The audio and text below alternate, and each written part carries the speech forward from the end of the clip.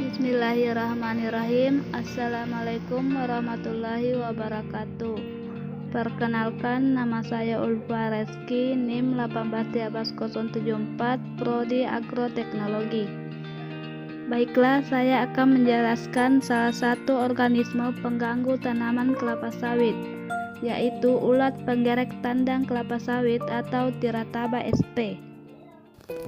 Tirataba sendiri lebih dikenal sebagai ulat penggerek tandang.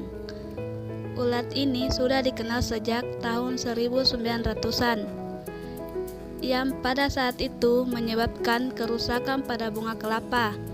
Di Indonesia dan Malaysia setidaknya sudah ada 2 spesies yang sudah diidentifikasi, yaitu Tirataba rufifena dan Tirataba mondella. Spesies ini telah menyebabkan kerusakan pada tandang buah dan tandang bunga tanaman kelapa sawit. Kisaran inang dari Tirataba umumnya terdiri dari tanaman-tanaman yang tergolong pada kelompok tanaman palma, di antaranya tanaman nipa, tanaman rotan, kemudian tanaman hias ada palem Fiji dan palem raja. Yang lebih merugikan adalah Tirataba ini merupakan hama utama pada 2 komoditas perkebunan penting di Indonesia, yaitu tanaman kelapa dan juga tanaman kelapa sawit. Siklus hidup Tirataba dimulai dari telur yang dapat berlangsung 4-5 hari. Telur-telur ini dapat diletakkan pada tandang betina ataupun pada tandang jantan. Biasanya pada satu ekor imago dapat bertelur sebanyak 105-173 butir telur selama hidupnya. Telur kemudian akan berkembang menjadi larva yang dapat terdiri 5-6 instar selama hidup.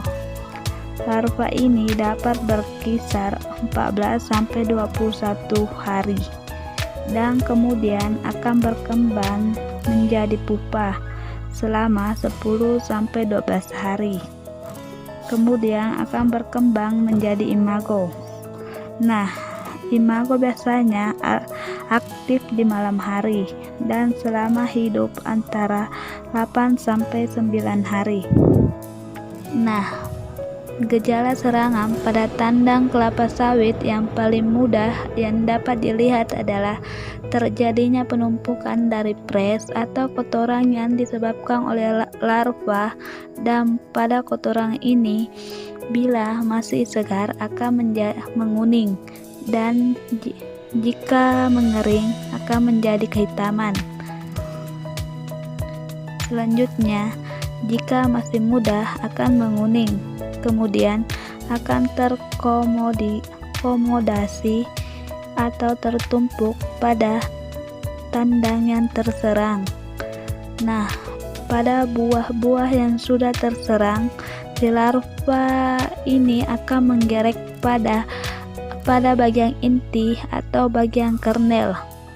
Jadi, pada buah-buah ini tidak memiliki kernel lagi. Ini adalah tanda yang terserang berat Tirataba. Kalau kita lihat di sini ada penumpukan frans yang luar biasa banyak, mulai dari yang segar sampai yang mulai kering seperti ini.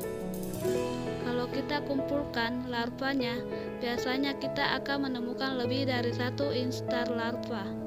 Ini kalau kita belah tandanya, kita bisa perhatikan bahwa dia tidak akan memiliki kernel lagi, karena sudah dikonsumsi oleh Tirataba. Sehingga pada buah-buah yang seperti ini, tentunya kalau kita ekstra minyaknya, kita tidak akan memperoleh minyak PKO-nya. Secara keseluruhan pun kualitas tandang dan kualitas minyak yang diperoleh akan lebih menurun. Ini adalah ilustrasi perkembangan dari gejala serangan Tirataba. Kalau kita lihat pada tandang yang terserang pertama kali diamati tampak masih memiliki berondolan yang cukup segar, warna hitam mengkilap, kemudian bagian stik elektriknya pun masih berwarna kehijauan. 1 bulan setelahnya diamati kembali, mulai terlihat berondolan, warnanya sudah mulai kusam, kemudian penumpukan friends-nya sudah semakin banyak. Dan pada 2 bulan kemudian secara total tandannya sudah mulai membusuk akibat serangan dari tirataba. Dampak serangan yang paling nyata adalah penurunan bobot tandang buah segar. Jadi berdasarkan penelitian telah dikumpul sampel tandan yang segar, kemudian dikumpulkan sampel tandan yang terserang, kemudian coba untuk ditimbang bobotnya. Jadi ternyata setelah dibandingkan terjadi penurunan bobot tandan rata-rata yang mencapai 36%. Selain pada tandan bunga betina, tirataba juga dapat menyerang tandan bunga jantan. Gejala serangannya sama dengan tandan bunga betina, yaitu terjadi penumpukan friends. Mungkin hanya itu materi yang dapat saya sampaikan. Lebih dan kurangnya mohon dimaafkan. Billahi fisabilillah haq, astabiqul khairak. Wassalamualaikum warahmatullahi wabarakatuh.